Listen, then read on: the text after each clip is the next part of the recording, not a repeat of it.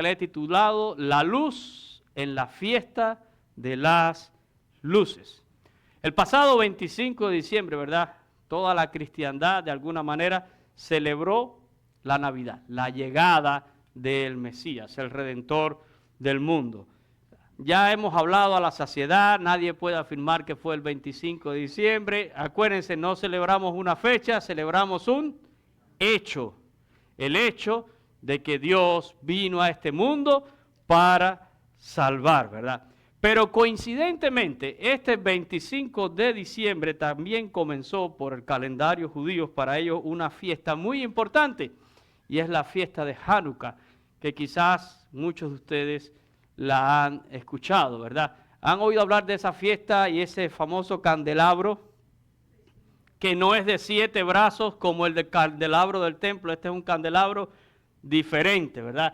Tiene 8 brazos y algunos tienen 9 porque se pone una vela madre que se le llama, y con esa vela se va encendiendo cada día una de estas velas. La fiesta de Hanukkah no es una de esas fiestas que nosotros encontramos en el Antiguo Testamento y que fueron instituidas, ¿verdad?, en la palabra de Dios.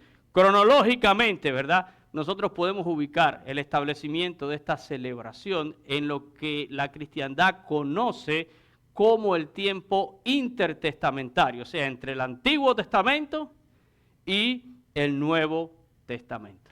Ahora, ¿qué significa Hanukkah para el pueblo judío? Pues representa la determinación de este pueblo en preservar su fe y el derecho de practicar su fe.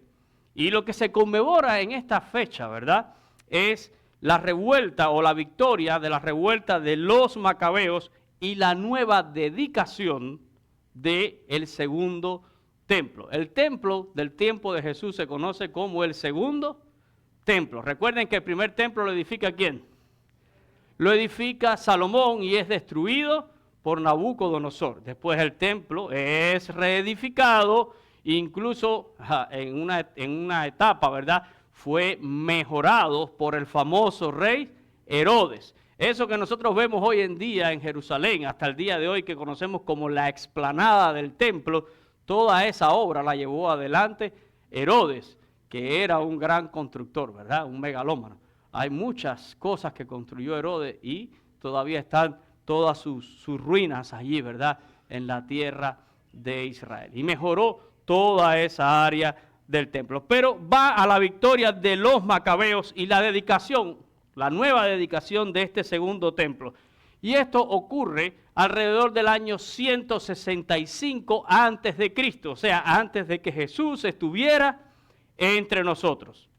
La historia dice que cuando muere Alejandro Magno, ¿verdad?, y viene toda esta caída del imperio griego, se divide entre sus 4 generales, Seuluco, Ptolomeo, Lisimaco y Casandro.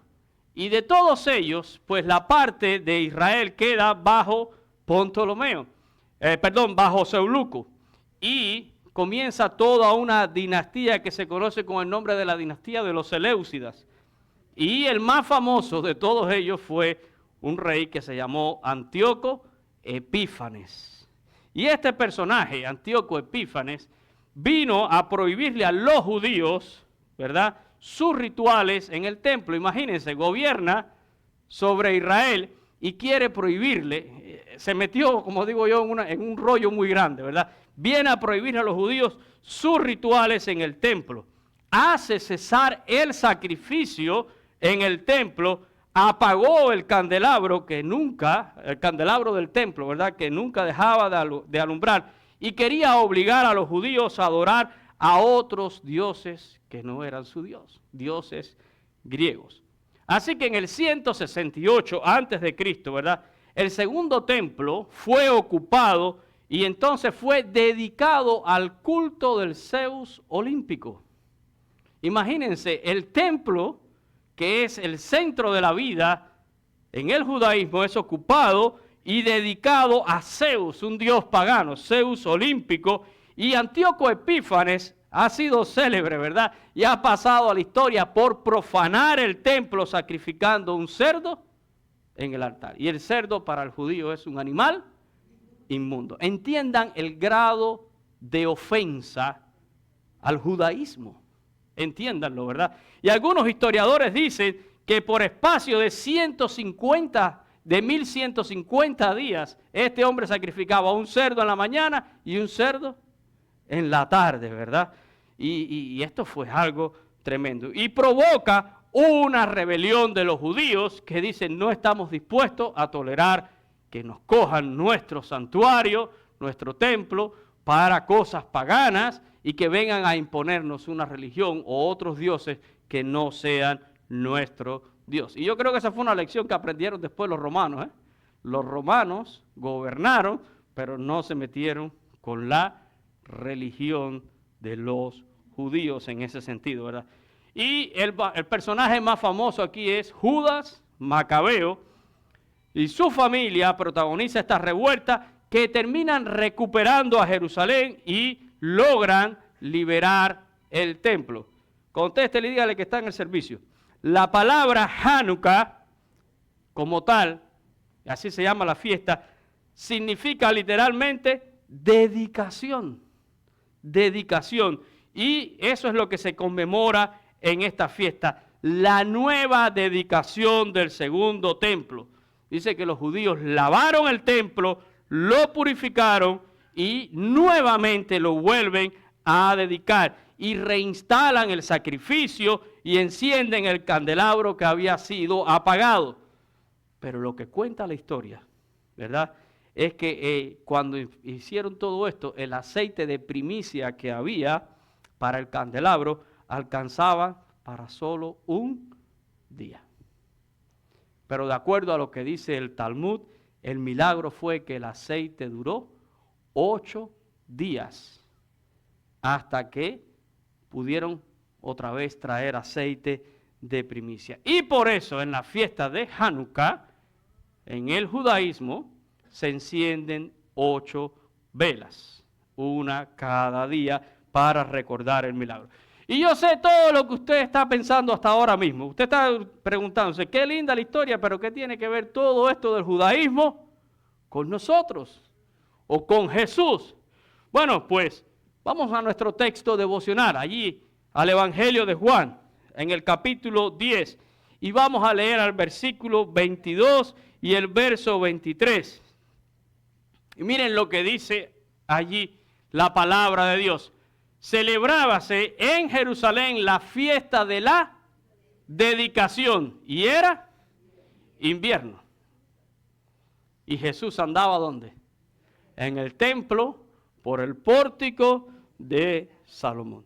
Así que Juan, el evangelista, está ubicando a Jesús ¿dónde? En Jerusalén, y está en el medio de la fiesta de la dedicación, porque ya en los tiempos de Jesús se recordaba este milagro y se celebraba esta fiesta que se conoce con el nombre de Hanukkah, ¿verdad? Así que ubica a Jesús allí en la fiesta de la dedicación en Hanukkah y nos dice que era invierno en esta fecha, ¿verdad? Es invierno en Israel. Y Jesús estaba, dice, en el área del templo, y específicamente dice que estaba por el pórtico de Salomón, que daba al atrio de los gentiles, para ubicarnos bien. Ahora, es en medio de esta celebración de Hanukkah o de la fiesta de las luces que se produce uno de los encuentros más épicos de Jesús con los judíos en torno a lo que era su identidad. Y yo digo, qué buen tiempo, ¿verdad?, para hablar de Jesús en medio de esta celebración. Porque la Biblia y el Nuevo Testamento nos pone a Jesús y nos los ubica en medio de esta celebración, ¿verdad? Pero hay un problema con la identidad de Jesús. Y notemos, ¿verdad?, lo que nos dice el verso 24. Dice el texto que los judíos rodearon a Jesús allí en el área del templo y le hacen una pregunta. Le dicen algo y le hacen una pregunta, ¿verdad? Le dicen: ¿hasta cuándo nos turbarás el alma? Si tú eres el Cristo, dínoslos abiertamente. Si tú de verdad eres el enviado de Dios, dínoslo abiertamente. Pero hermano, no podemos olvidar que el concepto del Mesías, del Cristo, del ungido, en aquella época tiene un ropaje de poder político. En la mentalidad de los judíos de la época, sí hay una expectativa de un Mesías que va a venir, pero esa expectativa tiene un ropaje de un poder político.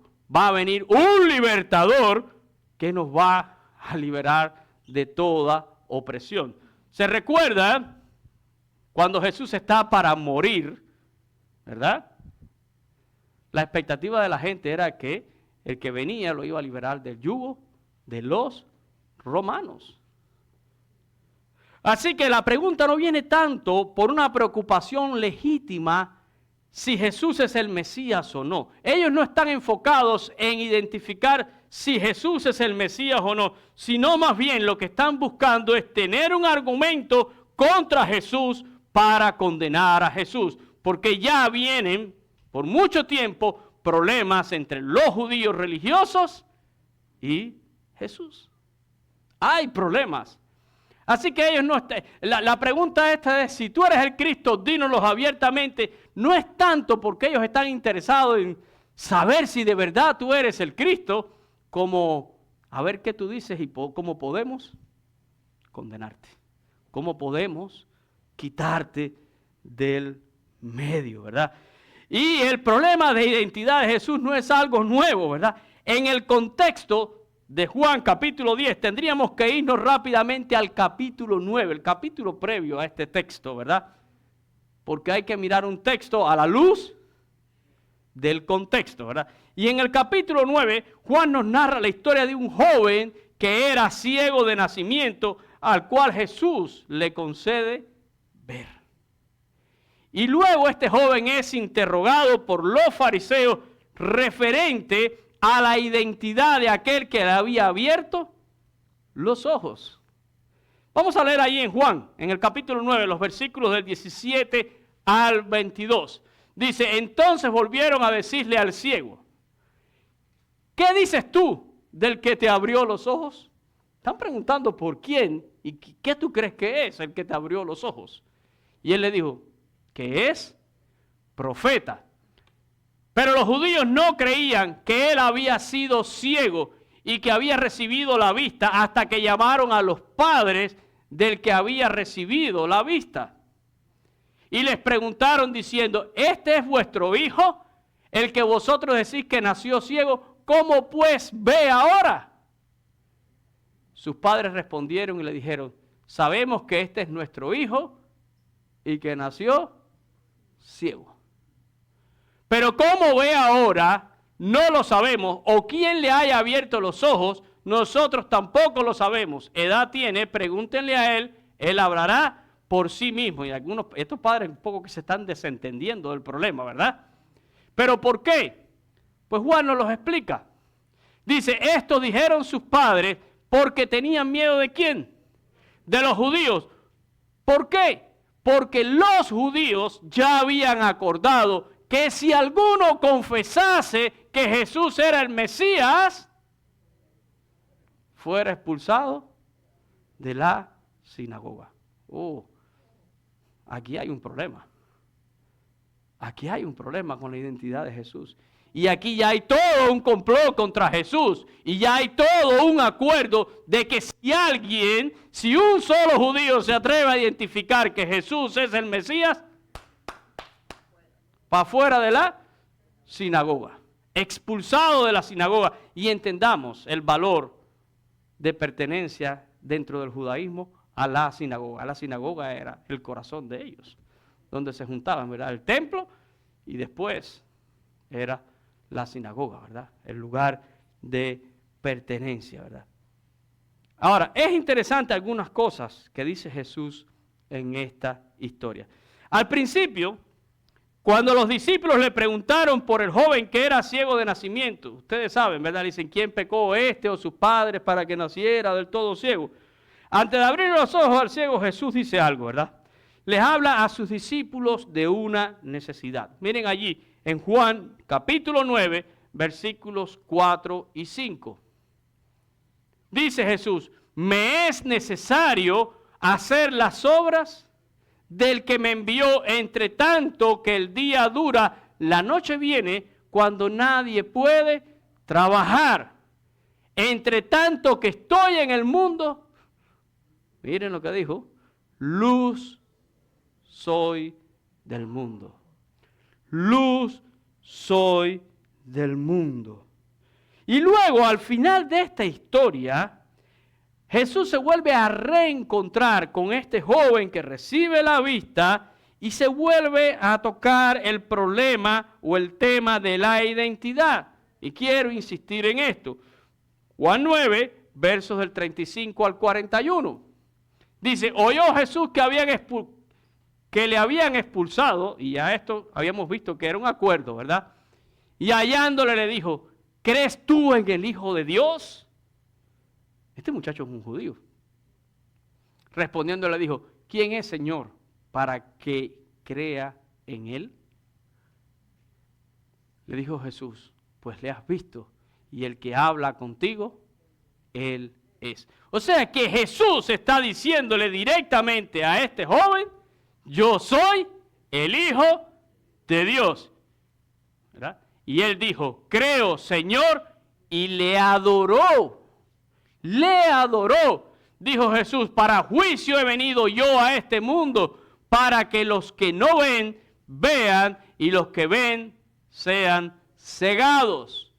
Entonces algunos de los fariseos que estaban con él, al oír esto le dijeron, ¿acaso nosotros somos también ciegos? Jesús le respondió, si fuerais ciegos, no tendríais pecado. Mas ahora porque decís, vemos, vuestro pecado permanece. Y aquí hay toda una relación, porque Jesús dijo, las obras de mi Padre me es necesario hacer. Y ahora cuando continuemos en nuestro texto, ustedes van a ver que Jesús habla, ustedes han visto las cosas que yo he hecho en nombre de mi Padre. Ahora ellos están diciendo, ¿somos acaso nosotros ciegos? Nosotros vemos. Y Jesús le dice, precisamente porque ustedes ven, vuestro pecado permanece. Porque es una negación rotunda de que yo soy el Hijo de Dios. Y luego, sigo en el contexto, comienza el capítulo 10. Porque nuestra lectura está en Juan 10, 22. Pero en el capítulo 10, cuando comienza, Jesús cuenta dos parábolas que en sí vienen siendo una, ¿verdad? La parábola del redil y la parábola del buen pastor. Y este es justo el lenguaje que va a usar en este encuentro que tiene con esos judíos que lo rodean allí cerca del pórtico de Salomón, ¿verdad? Qué curioso que Hanukkah se conoce también como la fiesta de las luces por las velas que se encienden y recuerdan el candelabro del templo. Pero Jesús le dice a sus discípulos, mientras yo estoy en el mundo, luz yo soy al mundo. ¡Wow! ¡Wow! Luz yo soy al mundo. Qué curioso que aquellos que encienden velas, Jesús los acusa de ser, ¿qué cosa? Ciegos. Ciegos espirituales y vivir en oscuridad. Porque no han conocido al Mesías que ha venido a este mundo. Así que miren la respuesta de Jesús a estos judíos allí en el área del templo. Cuando ellos, volvemos allí a nuestra lectura devocional, cuando ellos les dicen, si tú eres el Cristo, dínoslo abiertamente, ¿verdad? No turbes más nuestra alma. Y miren lo que Jesús le dice, os lo he dicho y no me creéis. Y no me creéis. ¿Para qué me preguntan si yo se los he dicho y ustedes no lo creen? Las obras que yo hago, y volvemos al asunto de las obras, ¿verdad?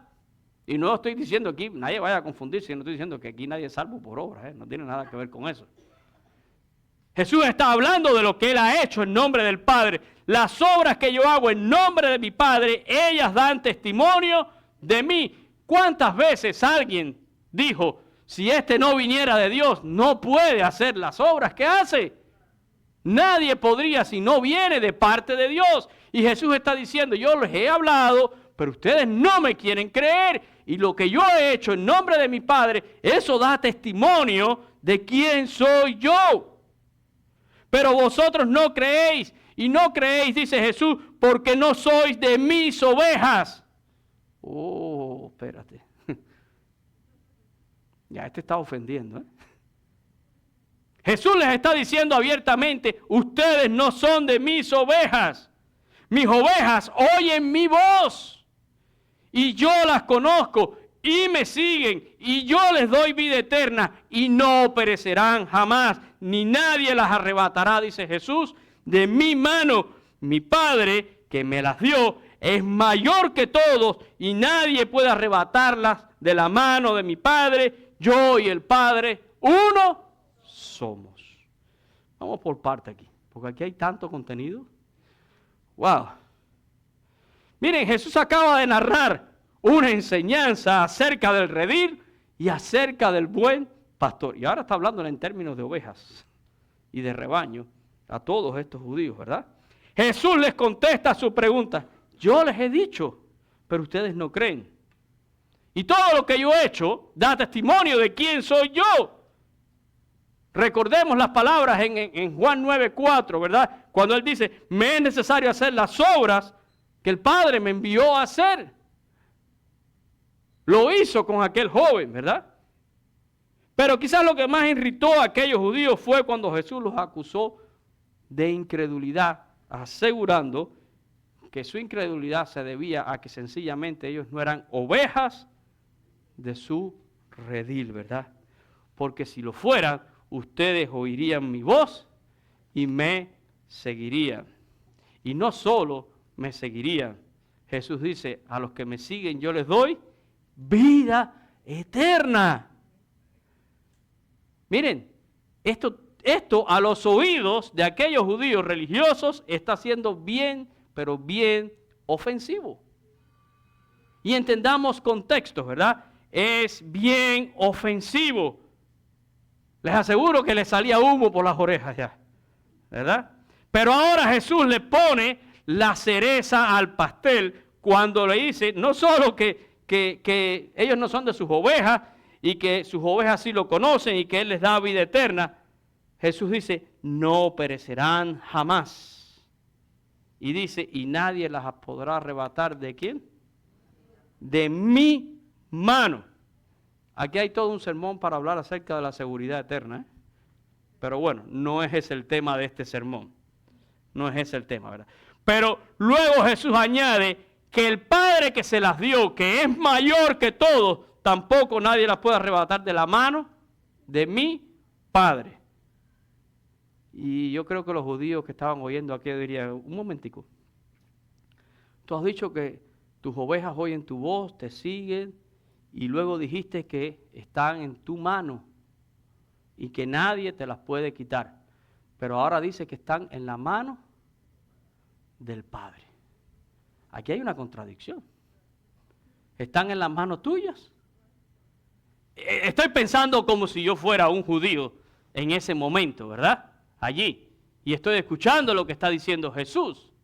Hay una contradicción. ¿Están en las manos tuyas o están en las manos del Padre? Aquí hay un problema. Esto no está jugando una cosa con la otra. Al menos que Jesús diga lo que dice en el versículo 30. Yo y el Padre, uno somos. Yo y el Padre, uno somos. Y esto es una bomba.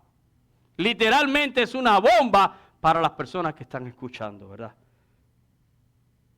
Yo y el Padre, uno somos. Y para usted y para mí no es nada difícil porque nuestra mente está en que nosotros tenemos un Dios que es trino. Padre, Hijo, Espíritu Santo, ¿verdad? Los tres son uno y los tres son Dios, consustanciales, de la misma esencia, de la misma sustancia. Pero aquí tenemos a uno que está diciendo que es Dios, uno en la tierra.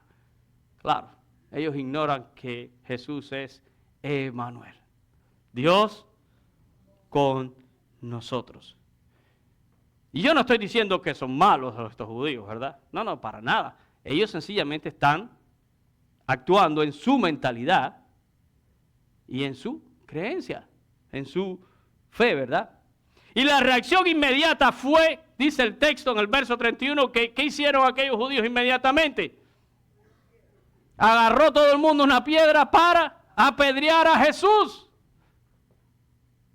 Lo que acababan de oír no tiene cabida en ellos. Cogen una piedra para apedrear a Jesús. Y Jesús les pregunta, verso 32. Muchas buenas obras os he mostrado de mi Padre. ¿Por cuál de ellas me apedreáis? Y miren la respuesta de ellos. No te estamos apedreando por buenas obras. Te estamos apedreando, ¿por qué? La acusación es blasfemia. Lo que tú acabas de decir a nuestros oídos es una blasfemia porque tú, siendo hombre, te haces Dios. Y esa blasfemia se castiga ¿con qué? Con piedras. Hay que apedrearte, Jesús, ¿verdad? Jesús dice, ¿por cuál me vas a apedrear? No. Y Jesús cita la Escritura una vez más. Y dice que la Escritura no puede ser quebrantada. Cita específicamente el Salmo 82, versículo 6. Y esto es lo que dice el Salmo 82, 6. Yo dije, vosotros sois dioses y todos vosotros hijos del Altísimo, ¿verdad? Pero miren cómo sigue nuestro texto. Si volvemos allí, donde nos habíamos quedado en el verso 31. Los judíos volvieron a tomar piedras para apedrearle. Vamos a seguir el hilo. Jesús les respondió, muchas buenas obras os he mostrado de mi Padre, ¿por cuál de ellas me apedreáis? Le respondieron los judíos diciendo, por buenas obras no te apedreamos, sino por la blasfemia, porque tú siendo hombre, te haces Dios. Y aquí viene la respuesta de Jesús. Jesús le respondió, ¿no está escrito en vuestra ley? Yo dije, dioses sois. Seguimos leyendo. Verso 35. Si llamó dioses a aquellos a quien vino la palabra de Dios. Y dice Jesús, y la Escritura no puede ser quebrantada. Al que el Padre santificó y envió al mundo, vosotros decís, tú blasfemas porque dije, Hijo de Dios sois. Vamos a ver esto con calma, ¿verdad? La palabra dioses que se usa allí en el Salmo, ¿verdad? Se refiere a hombres que gobernaron y juzgaron a Israel. Aquellos a los que vino la palabra de Dios y en virtud de esa dignidad de haber recibido la palabra de Dios, juzgaron y gobernaron en Israel. Y dice Jesús, ¿cuánto entonces, si aquellos fueron nombrados así, cuánto más el que el Padre ha santificado, o sea, ha apartado y ha enviado a este mundo? ¿Cuánto más? Y si seguimos leyendo, dice Jesús, si no hago las obras del Padre, no me creéis. Si yo nada más dijera y no hiciera absolutamente las obras de mi Padre, no creerías. Y si las hago, aunque no me crean, o aunque no crean en mí, dice Jesús, por favor, crean en qué? En las obras, para que conozcan entonces. O sea, Jesús está diciendo, no me miren a mí, no me quieren ver a mí, bien, no me vean a mí, pero vean lo que el Padre está haciendo a través de mí. Y cuando ustedes vean y consideren lo que el Padre hace a través de mí, tienen que admitir que el Padre está en mí y yo en el Padre. No les queda de otra. Porque ¿quién puede hacer las obras que Jesús hacía? Nadie. ¿Quién podía enseñar como Jesús enseñaba? Nadie. No me quieren creer a mí, no me crean, pero vean las cosas que Dios hace. Y si ven las cosas y consideran las cosas que Dios ha hecho, tienen que admitir entonces que el Padre está en mí y yo en el Padre, ¿verdad? Yo y el Padre, uno somos. Pero ¿qué va? Es demasiado para la mente de aquellos hombres que aunque tienen el Mesías delante y han tenido la evidencia de todas las obras que Él ha hecho en nombre del Padre, no pueden creer. Este Jesús, ¿verdad? No se ajusta. No se ajusta a lo que nosotros pensamos que es el Mesías. ¿Saben que el prejuicio a veces se convierte en una barrera? Ellos no identificaron a Jesús porque Jesús no era lo que ellos creían que tenía que ser el Mesías. Tenían una perspectiva equivocada de qué era el Mesías. Ellos esperaban otra cosa, un libertador. Pero Jesús decía, mi reino no es de este mundo. Hay gente que viene buscando a Dios con una expectativa de lo que Dios tiene que ser para él. Pero Dios es lo que Él es. Y tú eres el que tienes que conocerlo y descubrirlo.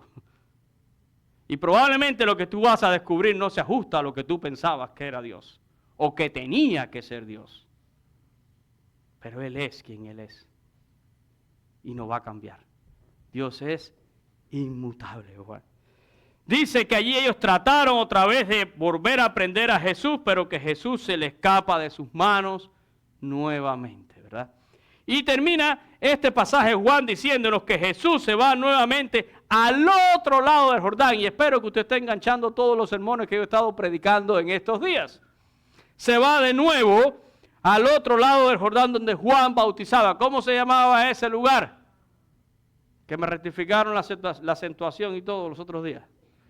Betábara o Betábara, ¿verdad? Fue allí donde Jesús fue bautizado, fue allí donde el Espíritu Santo descendió sobre él en forma de paloma y fue donde el Padre dijo, tú eres mi Hijo amado y en ti tengo complacencia. Miren al Trino Dios. Estamos hablando en esta mañana del Trino Dios. El Hijo en las aguas del bautismo, el Padre en el cielo, diciendo, este es mi Hijo amado, y el Espíritu Santo descendiendo sobre él en forma de paloma. ¿Quiere un cuadro más precioso del Trino Dios trabajando? Algo maravilloso, algo hermoso, ¿verdad? Y allí en Betábara dice que la gente venían a él y reconocían algo. Miren lo que dice el texto, ¿verdad? Juan no hizo ninguna señal.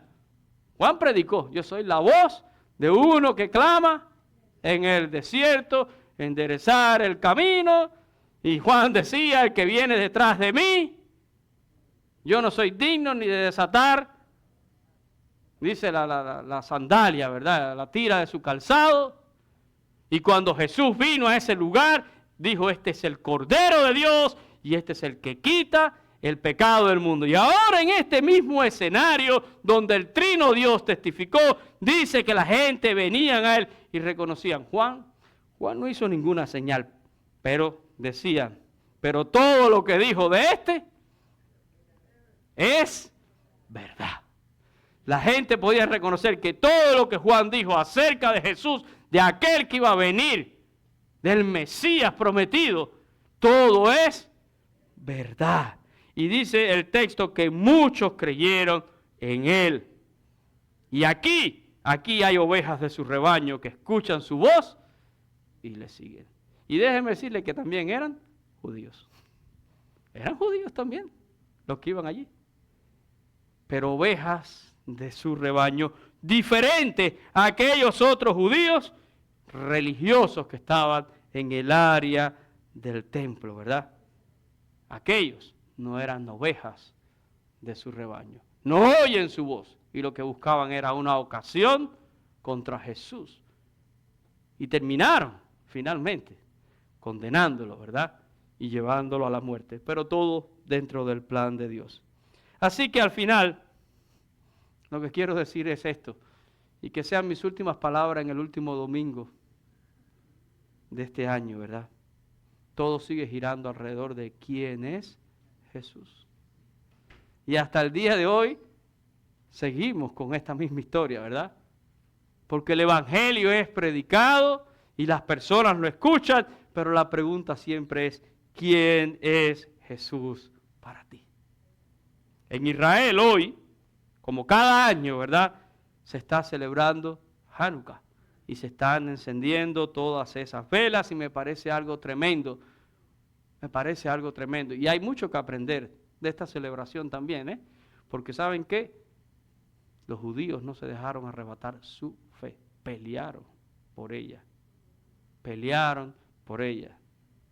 Y nosotros estamos viviendo en un mundo donde tenemos que también aprender a pelear por nuestra fe. Y no por pelear solo por la fe, sino por vivir y practicar nuestra fe. Tenemos que vivir y practicar nuestra fe, ¿verdad? Pero tristemente han pasado 2000 y tantos años y siguen encendiendo las velas y sigue siendo la fiesta de las luces, pero no reconocen la luz. Yo quiero terminar leyendo también las palabras de Juan en el capítulo 1, versículos del 9 al 12. Un texto que hemos leído hasta la saciedad, pero que cierra bien esto que he compartido en esta mañana, ¿verdad? Cuando Juan habla de que Jesús vino a este mundo, dice, aquella luz verdadera que alumbra a todo hombre, venía a este mundo. El mundo, en el mundo estaba y el mundo por él fue, porque Jesús es el creador también. Pero el mundo no le conoció. A lo suyo vino y tristemente los suyos, refiriéndose a los judíos, ¿verdad? No le recibieron. Mas a todos los que les reciben, a todos los que creen en su nombre, les dio potestad de ser hechos hijos de Dios. Y eso es lo maravilloso, ¿verdad? A los que hemos creído en Cristo Jesús, la luz verdadera que vino a este mundo para alumbrar a todo hombre. Y no quiero terminar el año de otra forma que no sea levantando esa luz, levantando a Cristo Jesús, levantando al nombre de Jesús, predicando el nombre de Jesús, para que todo aquel que en Él cree no se pierda, sino que tenga vida eterna, ¿verdad? Así que en medio de toda esta celebración y de todo ese contexto, ¿verdad? Y en el medio de la fiesta de las luces estaba la luz y muchos no le conocieron. Mi deseo para usted es que Cristo esté en su vida. Que Él sea la luz de su vida. Entre tanto estoy en el mundo, luz soy al mundo. Y después nos ha dejado a nosotros, a su iglesia, ¿verdad? Con una gran comisión de predicar este evangelio. Y le dijo a sus discípulos, y esto es válido para ti si eres discípulo de Jesús, vosotros ahora sois la luz del mundo. Porque nosotros reflejamos y proclamamos a Cristo Jesús. Vamos a orar en esta mañana. Padre, te damos gracias, Señor, por tu palabra. Tu palabra, Señor, es precisa, nos confronta. Te damos gracias por poder recordar este pasaje tan maravilloso en la vida de tu pueblo Israel, cuando quisieron arrebatarle su fe y valientemente pelearon, lucharon, recuperaron su templo y la dignidad del templo.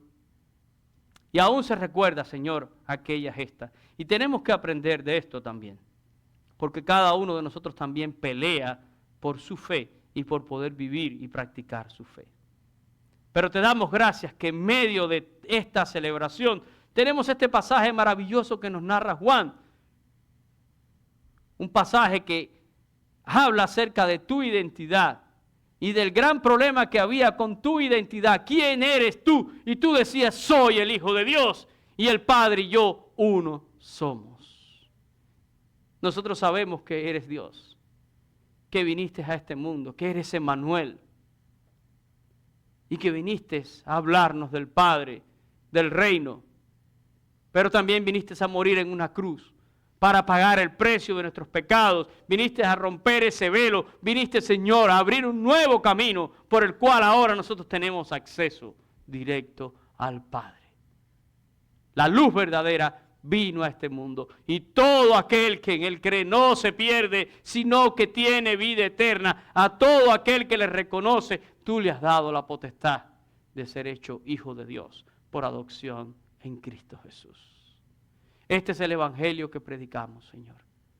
Y así queremos terminar nuestro año como iglesia, proclamando salvación en Cristo Jesús, proclamando en su nombre el perdón de los pecados y la vida eterna que Él le da a las ovejas que son de su rebaño.